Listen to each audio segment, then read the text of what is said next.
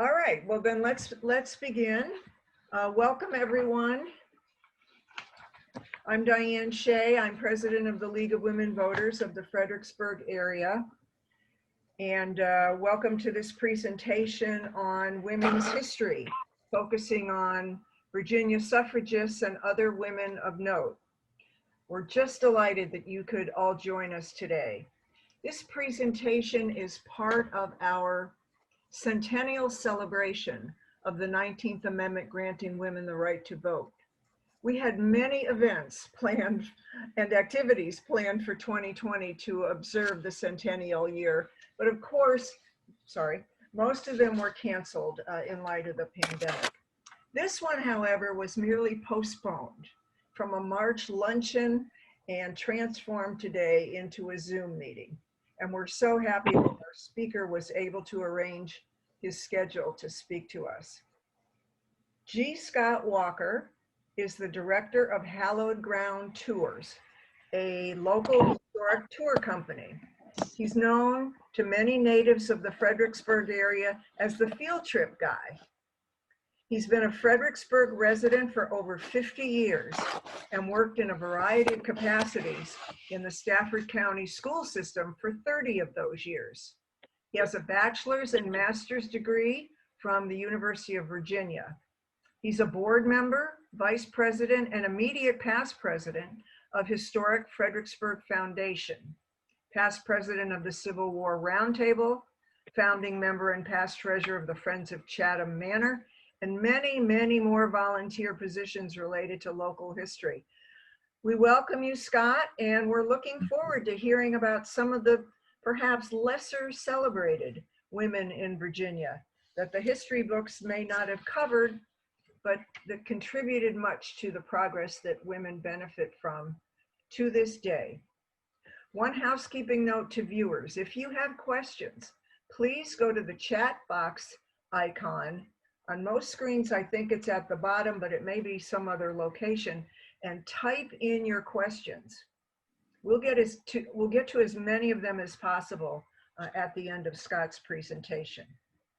Scott, as we've said, we have over 30 people participating today, not only League members, but members of local historic societies, elder hostel members, teachers, and I hope Mayor Greenlaw, who was planning to join us, is actually going to be able to make it.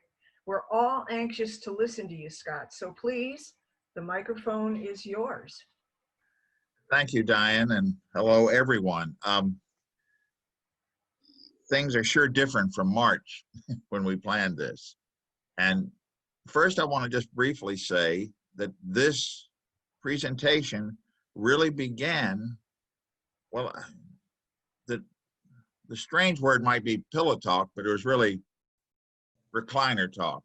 I kept reading things over the process of various items I was researching, and I'd say to my wife, listen to this. And it's really what Diane said.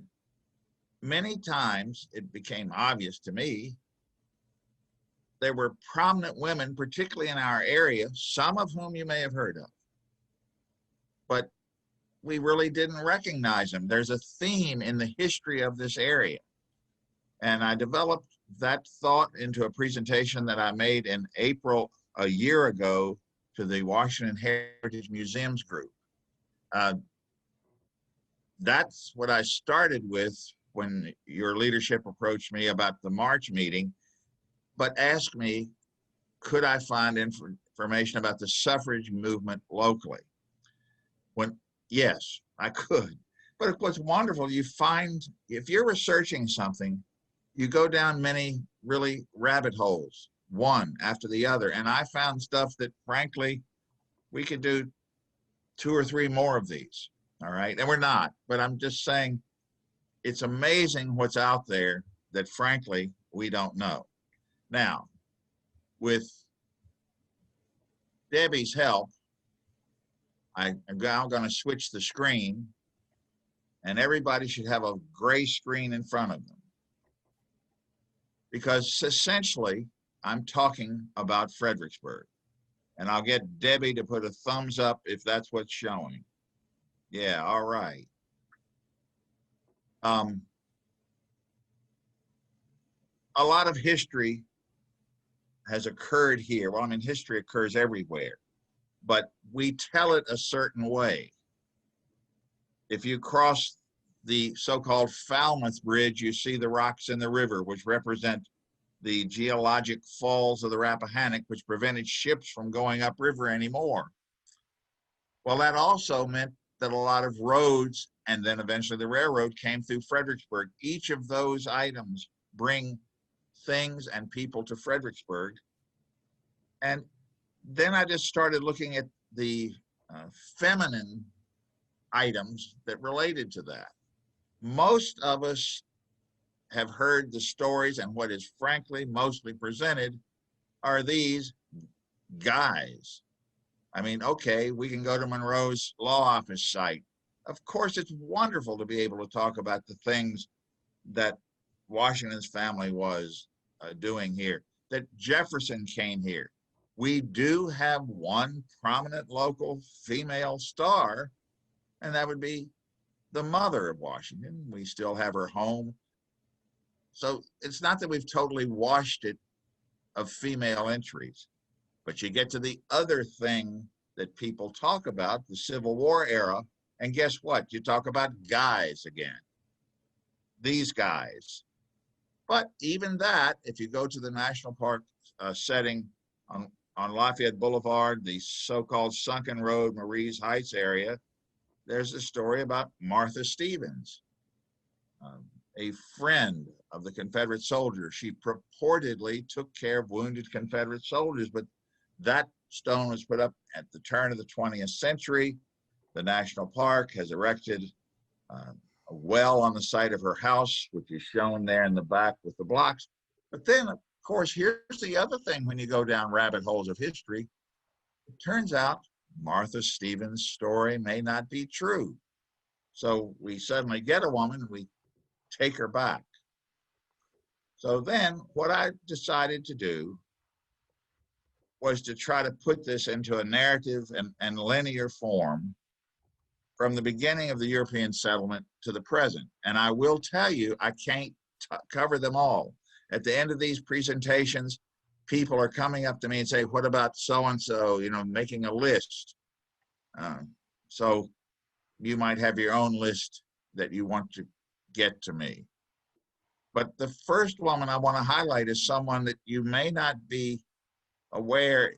She's not just a Virginia story.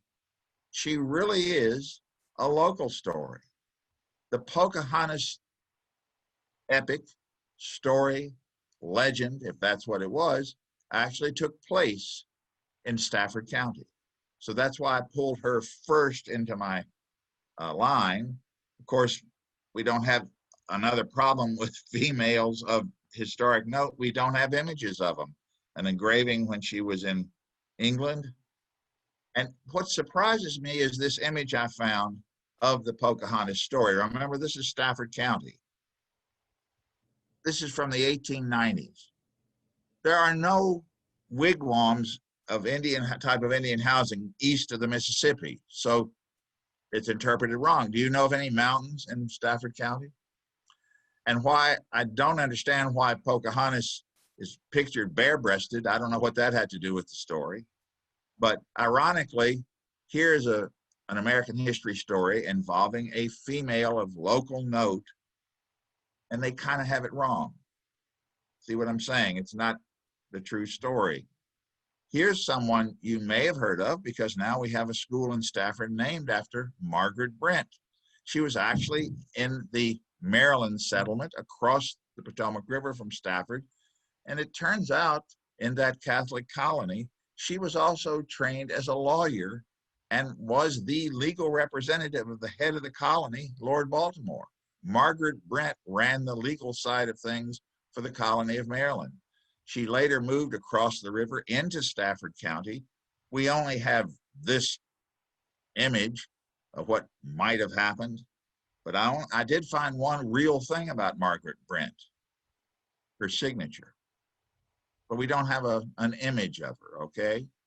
And that's what the problems I began to find as I would track women down these rabbit holes. I go back to really the star of the early um, group of women.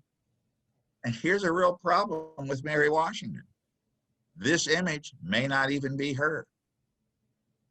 I mean, we're just finding that out. We are finding more lately about her from the archaeological work done at the Washington farm. Of course, they took 10 years to find the site of the home that they've now reconstructed. They're able to make great deductions about the Washington family from the archaeological relics. So I guess we'll find out more about her. Ironically, most of the biographers of Mary Washington are male, and they've been unkind. That doesn't seem fair either. Here's a woman who broke with the norms of her particular society and didn't remarry. And her life after that was different from any woman of her time. So she's worthy of study, but she's sometimes glossed over because of her more famous son. Here's someone that I don't know that many of you have heard of, and it is a name that I knew a little bit about, and now I know more. Mary Blackford lived on Lower Caroline Street at what is 214 Caroline. We have at least an image of a portrait of her. She was what is rare in Virginia and southern states, particularly in the early 1800s. She was an abolitionist. She did not like and support slavery, but in the dichotomy of the times, she actually owns slaves. But she was trying to rid the area of slavery. She started schools in Falmouth and in Africa for slaves and freed slave girls, and these are schools for girls, young women. She was a member of an abolitionist society that essentially the American Colonization Society was somewhat controversial in that it supported freeing slaves, but then paying for their passage back to what is today Liberia, a colony they established in Africa. So was that really abolition like somebody in Boston might approve of? It was controversial. So in any case, though, she made significant inroads against slavery in Fredericksburg. She broke slave laws. Now, slave laws were designed to keep slaves under control. One said you could not teach a slave to read or write. She taught each of her slaves to do that, thinking it helped them. She took advantage of the law. She knew enough about it that, yes, it was illegal to teach a slave to read or write, but of course it had to be proven in court where no slave could testify against his or her owner. So the neighbors could complain, hey, she's doing that, but that would be hearsay evidence because she only taught these slaves one-on-one. Very smart lady. She got around the law, which brings her time and story in conjunction with two more ladies. One is Hannah Coulter, and the other's Ellen Mitchell. Again, names you may not have heard of. Hannah Coulter owned Chatham. She inherited from her husband. She had married into the family that owned it. She basically had promised her slaves that on her death, they would be freed. Now, again, this is a woman in Virginia before the Civil War. Hannah Coulter died in 1857. And theoretically, her slaves were what was called manumished. Manumission was the term meaning freeing slaves. She did it. Unfortunately, lawyers got involved. Sorry if anybody's a lawyer out there. She had in her will the option of a slave. Her slave could choose to go to be paid to have the transportation to Africa provided, or they could choose to go and be owned by any one of her family members. And this was on the assumption, why would they choose a cruel new owner? But the mere fact that she gave slaves choice was against the law after the 1856 Dred Scott decision. And so her will was overturned because slaves were viewed as property without choice, and thus her will was overturned. That brings in the story of Ellen Mitchell. Ellen Mitchell was the enslaved laundress at Chatham. The building she worked in still stands. Ellen Mitchell herself represented one of the horrors of slavery in that she was of mixed race, which represents that women, female slaves, of course, were at the sexual mercy of their masters or male people on the plantation. Rape was shown just by the appearance of Ellen Mitchell. Which Mrs. Coulter had told her she'd be freed. So Ellen Mitchell says to the new owner, a man named Horace Lacey, "No, you don't own me. Mrs. Mitchell said I'd be free," or something like that. That was dangerous to do because Lacey was considered a slave beater. But her talk, her arguments were so persuasive, she basically flummoxed him. He didn't know how to handle this very persuasive young woman. And so he did what any good slave master would do with a problem. He sold her. And he sold her to a slave trader in Fredericksburg, James Ayler, who had created the house that now stands at 300 Charles Street. It's a beautiful house, but it was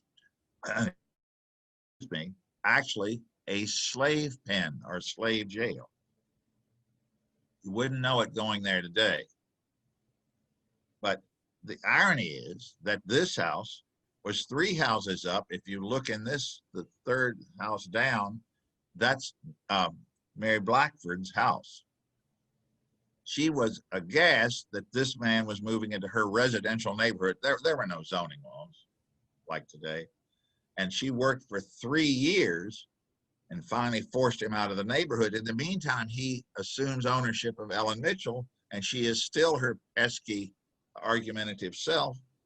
He throws up his hands, quite literally says, here's a pass. Now, this is giving a grown person like a middle schooler getting a pass to go to the hall, down the hall to the restroom, okay? He says, if you can go anywhere and raise the money, you're free. You can buy your freedom. Ellen Mitchell then goes to Washington, D.C., Baltimore, Philadelphia, New York, and Boston. Essentially gives the talk of the story I just told you, that she's being held now against her will, and raises money in 3 months in 1859, comes back to Stafford County or Fredericksburg, and buys her freedom and that of her children. Ayler said, well, my gosh, that's amazing. He said, here, you've won your mother's freedom too, but I don't want any of you to think anything good about James Ayler in that act. The older woman was beyond childbearing age. She was just a drain on his resources. She had no value. So let's say he was doing a bad thing in the human trafficking business. He thought it was just to his benefit. The Mitchell group moved to Cincinnati, where the 1860 census showed her as a business owner. She ran a laundry, and her descendants still live there. But there's 3 women involved that I don't know that you'd heard of: Mary Margaret Blackford, Hannah Coulter, and Ellen Mitchell. Notice we have no images, though, of Ellen Mitchell. Fredericksburg had a quaint look in, this is 1857. You can see various landmarks we know today. I mean, there's the railroad bridge. We have that today, or the successor.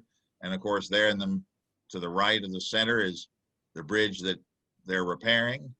And the landmarks pictured in insets along the bottom, you know those.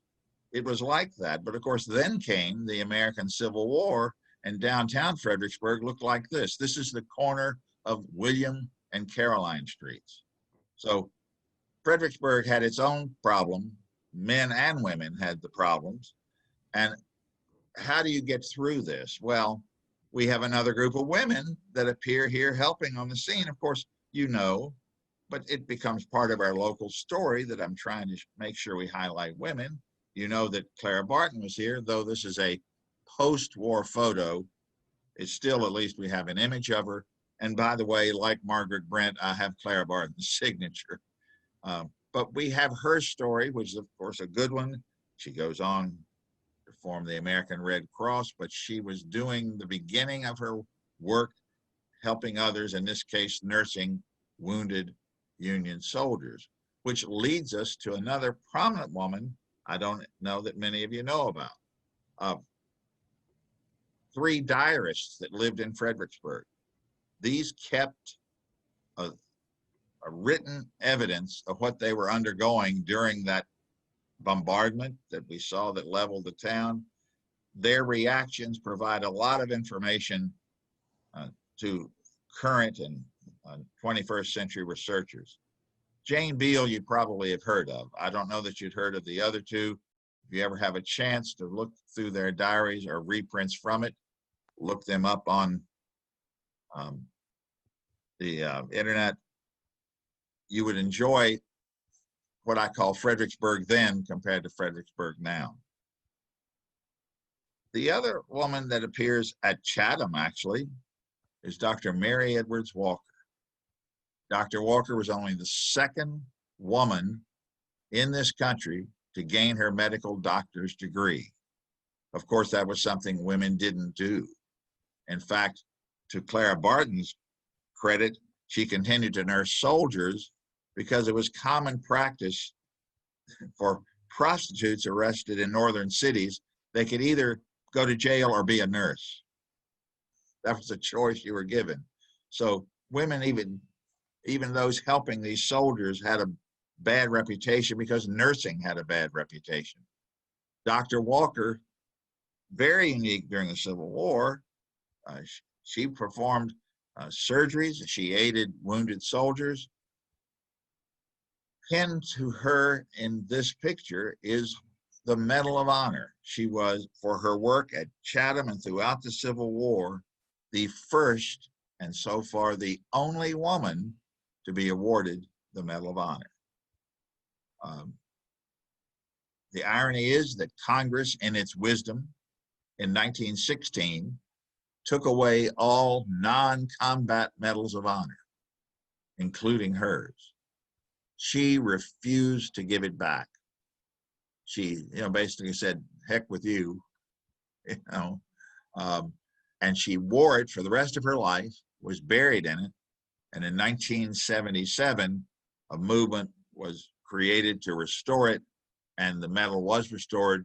President Jimmy Carter signed that bill into law, and she is still, thus, the only woman with the Medal of Honor. Everyone I've talked about up to this point then has a connection, not necessarily born here, but a connection to the Fredericksburg area. But what the Civil War brought was a definite influence after the Civil War of women in our area. You may have heard some of these stories, but again, to pull them all into one place, you're actually saying, my goodness, look at all of these things. In May of 1866, the women of Fredericksburg formed what was called the Ladies Memorial Society and established eventually by 1870 the Confederate Cemetery. Feelings were so high that the dead on each side were not buried together. Localities were required to take care of Confederate burials. Men, by law, could not be involved in anything relating to the Confederacy, so the women became the keepers of the flames and created cemeteries like the one we have downtown. But that was a group of women combining for a local project, But then within 30 years, they combined on a really important one because they're the ones that saved the Mary Washington House as we know it today, maybe not quite like it looked in 1890. It was going to be torn down. A man was going to buy it. And I guess I misspoke. It wasn't going to be torn down, but taken down board by board and rebuilt at the Columbian Exposition, the World's Fair in Chicago. The women of Fredericksburg didn't want that to happen and formed a group to save it, and in conjunction with a statewide organization, the Association for the Preservation of Virginia Antiquities, APVA, saved the Mary Washington House. That organization has changed in various guises throughout the centuries, 2 centuries. And today, of course, locally, that's the Washington Heritage Museums. But it's women that started this movement. They moved right on after taking care of her house to create the Mary Washington Monument, which had languished on the site we know it, of the area of Mary Washington's grave. This is a post-Civil War image of what was there. And women created what you know today, the monument to Mary Washington, our Washington Monument, the first monument in the world funded and erected by a group of women. Not a bad little thing for our town. They then went on as a group of people and established the first Mary Washington Hospital. This was on Sophia Street. The second, or brick one, was adjacent to this and still stands today. It's apartments. And of course, we don't have hospital number 1 that they helped fund. We have building number 2, 3, and of course the current hospital, the 4th of the Mary Washington Hospital. Thank you, women of Fredericksburg. Well, that brings us to the 1920s. At this point, of course, is when this can intersect with the suffrage movement. Fredericksburg downtown maybe hasn't changed too much.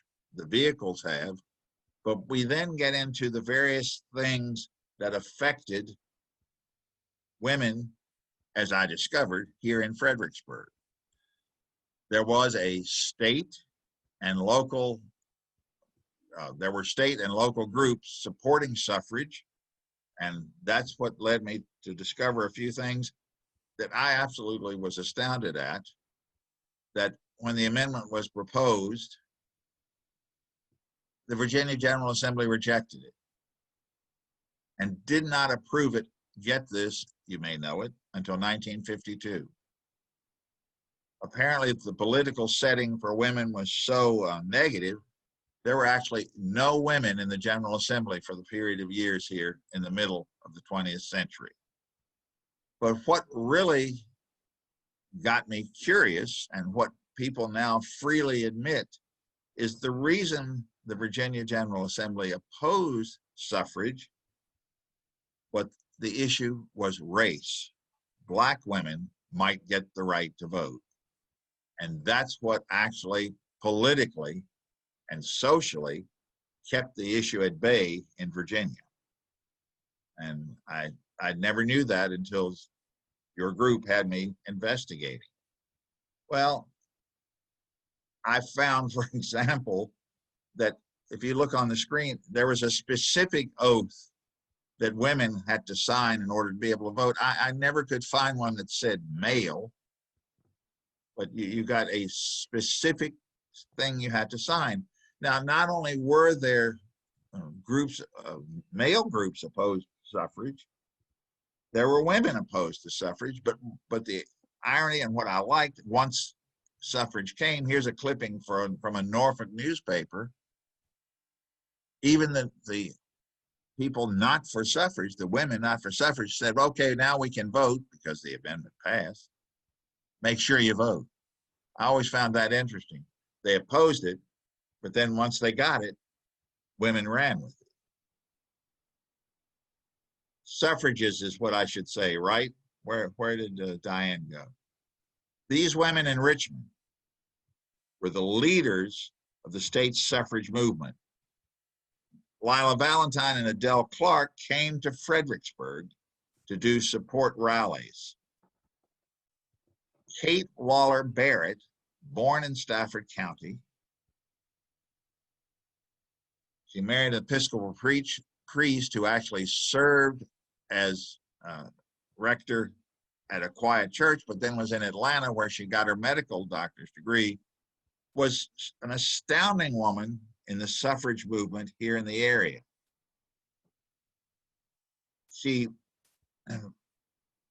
Her main concern was taking care of what was called fallen women or unwed mothers. And she, in conjunction with a foundation, established 70 homes nationwide for unwed mothers. Many of them even had hospitals adjacent to them. But back in Virginia, she fully supported the suffrage movement. She was born in Stafford County, went on to great fame. Again, Stafford has, to their credit, named an elementary school for her, and that's fine, like Margaret Brent. But here's a woman who had national impact, and she was from the area. She was one of 10 women selected by Woodrow Wilson to serve on the American delegation at the Paris peace talks. But she was a leader in local and state suffrage for women movements. But I then found, here is a woman I did not know about. Janetta Fitzhugh can best be called your local suffrage leader. If I had all the pictures on the screen, has anybody heard of her? Prominent local family. I mean, the Fitzhughs have been around since the colonial days. She was on the Mary Washington House group that funded that I just talked about. She helped establish something I think is a great name, the Fredericksburg Civic Betterment Club. I mean, what a great name for an organization. She was deeply involved with women's suffrage, and she's the person who got those statewide leaders here. So she's really in the mix of things as the movement heats up in the teens. She established the local suffrage league, which of course had state and national branches. She went to Washington for those marches that were done in the face of Woodrow Wilson not supporting the amendment. We know that. She enlisted her whole family, including a brother-in-law who was a judge. Apparently the whole Fitzhugh family, male and female, were supporting suffrage. But of course, the state legislature rejected the amendment, and the two local delegates, the delegate and the state senator, both voted against it, and against ratification. But this is a woman I'd never heard of. In fact, I hadn't in March. This is what the months you gave me, I found out about her, and even found out her grave in the lower right there within the Fitzhugh plot in the Confederate cemetery. She lived until 1950. Pretty amazing woman that I don't think many of us had heard of. And I'm sort of glad I found out about her, and now we can point out her grave more. But it's in that cemetery, and it's a plot to the right as you go in the main gate. What happened in the 1920s with the advent of women's suffrage is something that people kind of overlook. Why were people doing things like what began to happen with the women of Fredericksburg, saving Kenmore? It's what I said here. It was really the 150th anniversary of the American Revolution. We just went through the sesquicentennial of the American Civil War. Well, the 1920s were the sesquicentennial of the American Revolution. There was great interest in American history. Wealthy people, if we're going to see locally, we have an evidence of this, bought old homes and fixed them up to preserve them. This is when Rockefeller began his investment at Colonial Williamsburg. things were happening, usually led by women. And in Fredericksburg, this was led by two outstanding women, Emily Fleming and Miss Annie Smith. And Miss Annie's daughter is still alive, and she's a member of the Washington Heritage Museums group, lives in much more northern Virginia than here. This is a photo from the local paper showing they have actually finished paying off, buying Kenmore. Great day. The governor here came to Kenmore. Miss Annie Smith basically was a one-person public relations person for Fredericksburg, as she went around the country persuading people to contribute to save the home of George Washington's sister. She used her DAR connections. Again, that flourished because of the interest in American history. But two women, particularly the daughter, Miss Annie Smith, really cemented Kenmore as a preserved property. Her home still stands on Hanover Street. So she lived too, like Ms. Fitzhugh. Miss Annie lived until the 1950s, and well known by many people in our local government, because some people today still remember Miss Annie. How about this one? Gloria Swanson. Why would I put this picture in this presentation? I'm waiting to hear. You're supposed to ask. But here's the thing. Gloria Swanson spent 2 weeks here playing golf and it was one of her husbands, at what we today call Fredericksburg Country Club. It was here, then called Mansfield Country Club. But she, through her career, it wasn't because she was here, but I then began to find, and my wife and I realized, a friend whose name was Gloria, and won't give Gloria's full name, but let's say Gloria Smith. Gloria's name was Gloria S. Smith. Young women, young female babies born in the 1920s in this area took the name Gloria Swanson, whatever, Comfest, Shea, okay? I mean, it was their way of reflecting what somebody like Gloria Swanson meant. So we had sort of a national take on local things. Then we get to a pretty prominent and fortuitous involvement of 3 women in Fredericksburg. First was this woman, Helen DeVore, the daughter of a Wyoming congressman. She married a U.S. Army Brigadier General, Daniel DeVore, and she came from money. As an Army officer, he didn't have much in the till. She bought Chatham in 1920. It had pretty much fallen into disrepair. Going into the 20th century, some people bought it, began to try to fix it up, but she put money behind the desire to fix up Chatham. The Chatham we see today is because she saved it. She was active in the community, so she wasn't just up there on the hill. She brought in another prominent woman named Ellen Biddle Shipman, who was an excellent landscape architect, a field that was not one women went into, like Clara Barton in nursing. Ellen Shipman created the entire landscape you see at Chatham today and the gardens that most people go there for. Then Helen DeVore hired this woman, Frances Benjamin Johnston, a photographer, again, a rarity for a woman, not today. I understand that. But Frances Benjamin Johnston photographed Chatham, and more on a moment, but she gave us the record with color-tinted photos of the garden and the place we know today across the river from Fredericksburg. We have the images of Johnston, of what Ellen Shipman created for Helen DeVore. 3 women in a row doing this.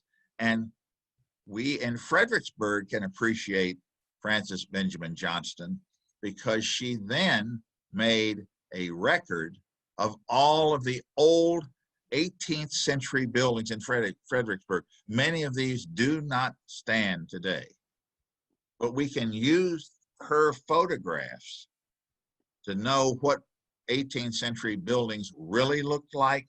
And I don't mean somebody's 21st century idea of what colonial architecture was, but she gave us enough of a look to know what every element of architecture should be.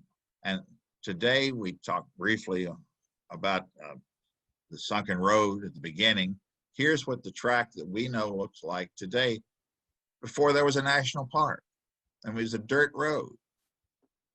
And because of Frances Benjamin Johnston, who lived until the 1950s, so did Ellen Biddle Shipman, we know about what Fredericksburg looked like. Helen and Daniel DeVore eventually sold Chatham, moved back to Washington, D.C. They had no children, but I think it's interesting that her nieces took her money and their money and created a foundation in honor of their mother, Mrs. Stewart, who was Helen Stewart. And today it is a foundation I had never heard of until I got into this presentation that has millions of dollars toward pediatric cancer research, the Stewart Foundation. And it's got offices in a big building downtown on 17th Street, but it's related to Chatham. Now, any of you who've heard me do other presentations may have heard what I said about this one. This is where I kind of wish I could see everybody. Raise your hand. Caress Crosby was essentially a debutante from New York City who at her debutante ball developed what essentially was the first bra. She used ribbons and handkerchiefs, okay? For some reason, she developed that and actually holds the patents still owned by the Maidenform Company. But now what's the connection to Fredericksburg? I'm sorry, I see a couple people laughing. Caress Crosby was wealthy, and she and her husband went to Paris, and by the 1920s owned the Black Sun Press. And you may not have heard of that, them or her, but actually they published everybody, the expatriate people in Paris, Hemingway, John Dos Passos, all the people that you've heard of in the 1920s knew Caress Crosby and her husband. So by the 1930s, they moved back to North America and were on US Route 1, headed southward to Florida and came through Fredericksburg and had car trouble. Across the street from the gas station fixing their car was a real estate office that offered the house you see here, Hampton Manor in Caroline County, for sale, and she bought it on the spot.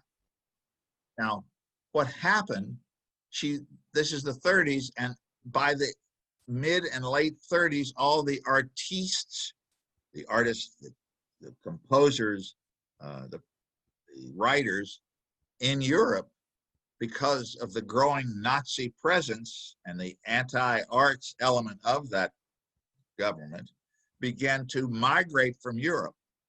And coming to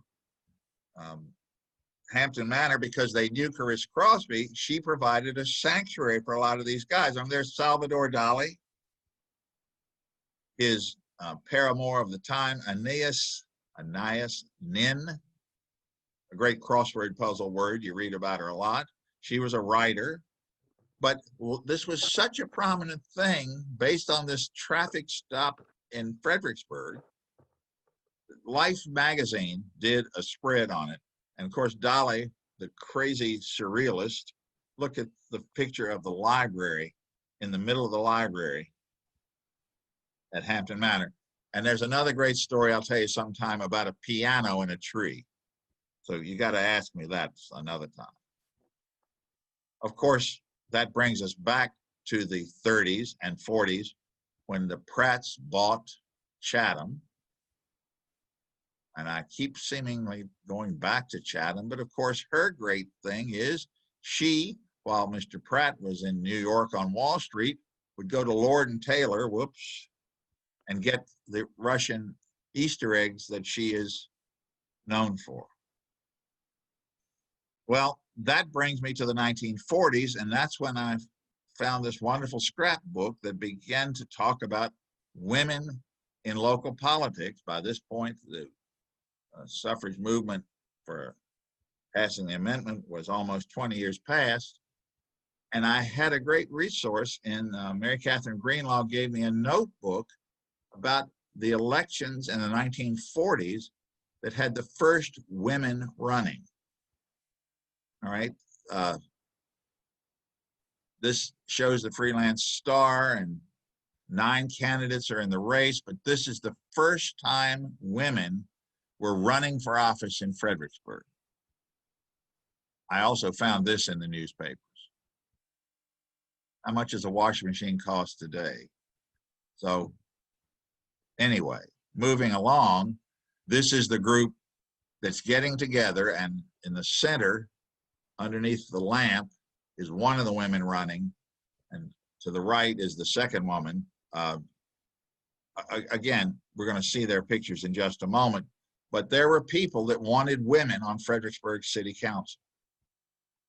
And look at the candidates. The only 2 of them are women. By the way, on here running for mayor is Mr. Cowan. We have, of course, Cowan Boulevard today. And to his right is Josiah Rowe, of course, the father of the people we know today. And they established a group that said, win with women.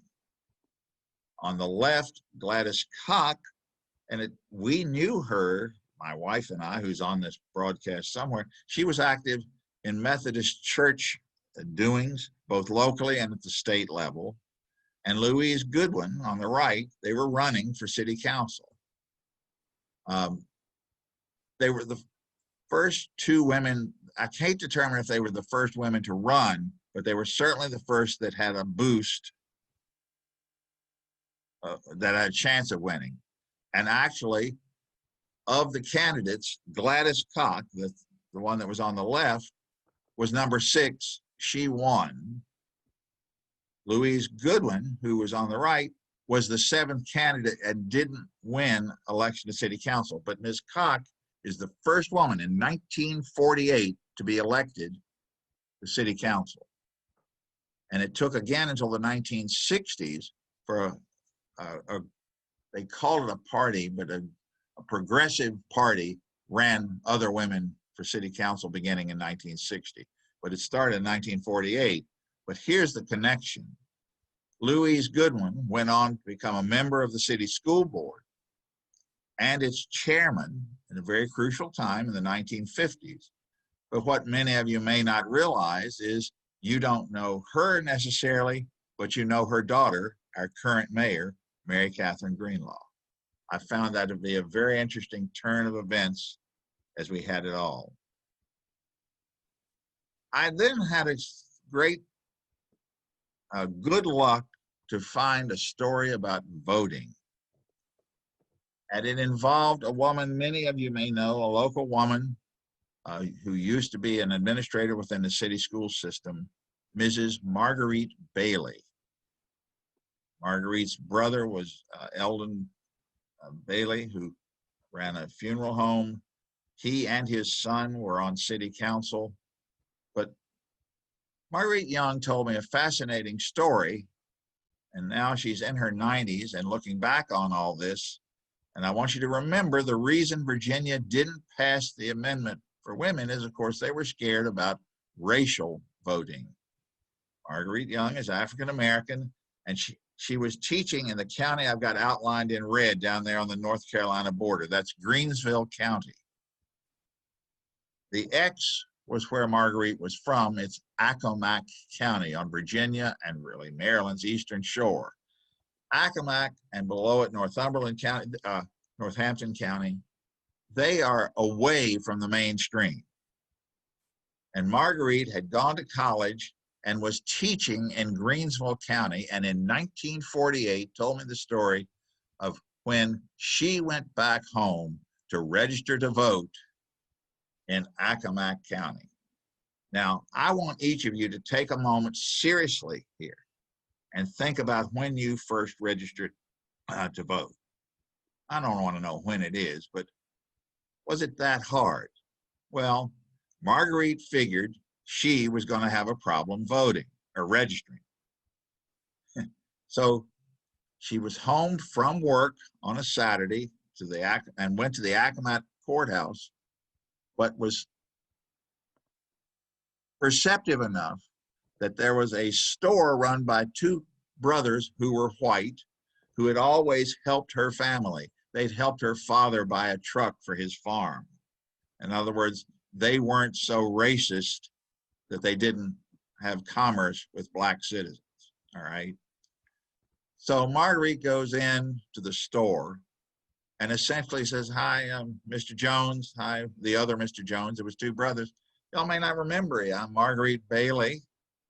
I'm teaching over in Greensville County. How you doing? Oh, fine. Gee, Marguerite, good to see you. And it was a very friendly exchange. Why, what you doing home? Oh, I'm going across the street to register to vote.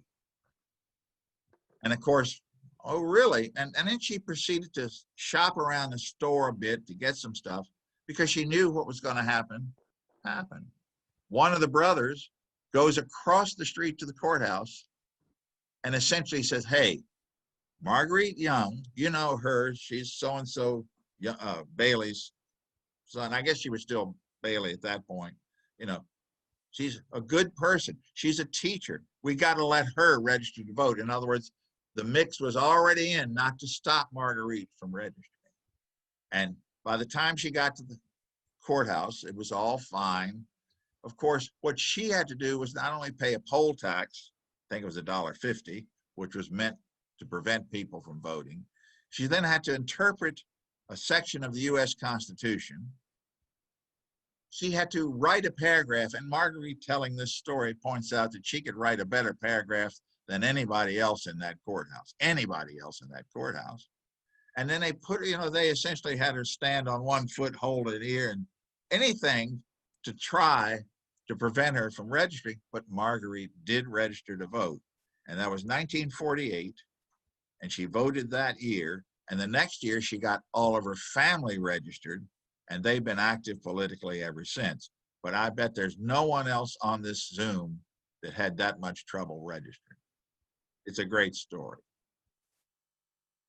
As I conclude, I always have people remind me that we still have women involved. Of course, there's the DAR, the Women's Club.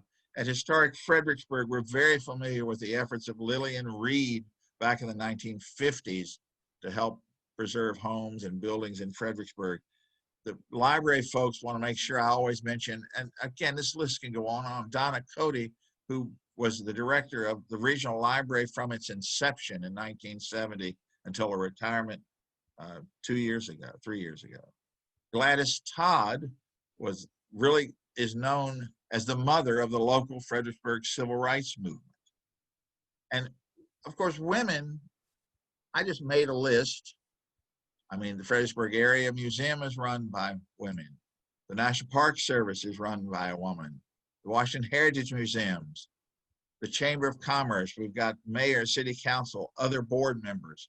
The point I'm trying to get across is something you may realize it individually, but taken in a big picture, it's a pretty broad expanse, both in history and in the current life of our region. And that's essentially all I've got to say.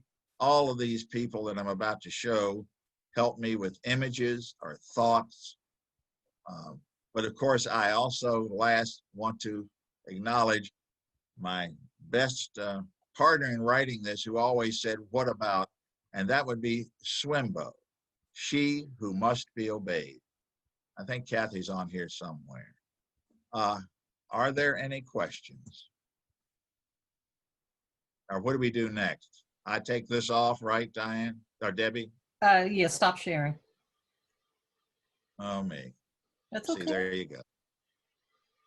Well, I don't see any questions in the chat box other than one that says, what great stories. Who knew? No, that's what I mean. We didn't really know.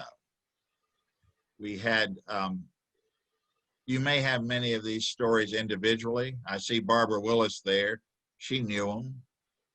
She gave me some ideas. The point being, it's a broader story than I think many of us have ever given credit. Diane, Elaine has her hands up.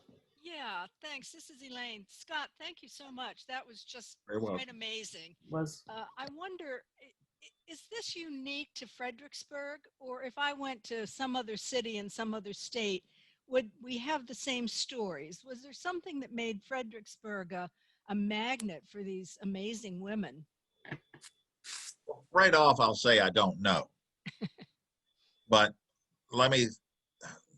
why I tried to do it is sometimes we were a magnet for Civil War, brought Clara Barton here, okay?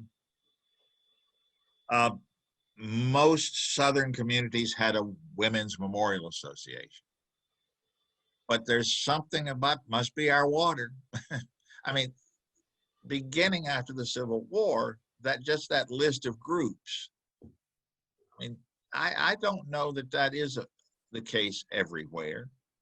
The community I grew up in, women were active, but it didn't, this just seemed to be, this is why, as I was reading through things and doing things, and I said to my wife, my gosh, listen to this. And I've got to tell you, ladies and gentlemen, you only saw 3/4 of what I found out. That's my answer, Elaine. It's quite amazing. Thank you. If I may, I think you're exactly right. I think that these kinds of stories are probably in many, many communities and nobody's researched them, but that's not unusual, is it? I think sometimes we don't research or we take things for granted. I want you to understand that the basis of this is an interest in history. Yeah.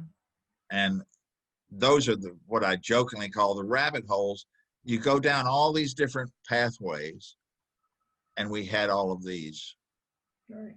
That's why I felt it was a good total story. Great. Thank you very, very much, Scott, and thanks to the audience as well for being so attentive. Just a final word to everyone. The League of Women Voters of the Fredericksburg area would love for you to check us out if you're not already a member, and consider joining us in our efforts to educate the public, to inform voters about election procedures, and to advocate for issues that we study, discuss, and reach policy positions on. Just go to our Facebook page at facebook.com LWVFRA, or our webpage at lwvfra.org, or contact us if you want to follow up on something specific at lwvfra@gmail.com, and someone will get back to you. Thank you. Diane, if I may say one more thing, I should have put a slide maybe that had a link to get back in touch with me. I'll get that to one of you. Okay. Debbie, I mean, just an email that if you've got a question or a comment or, hey, have you heard about such and such? I'm sorry to interrupt, Diane. No, that's fine. I didn't mean to interrupt you. Thank you so very much. Great presentation. We're very appreciative, and I hope everybody, I know everybody enjoyed your presentation, and I'm sure you're going to get more calls. Thank you. Thank you, Scott. It was wonderful. Thank you. Okay, I'm going to end everything.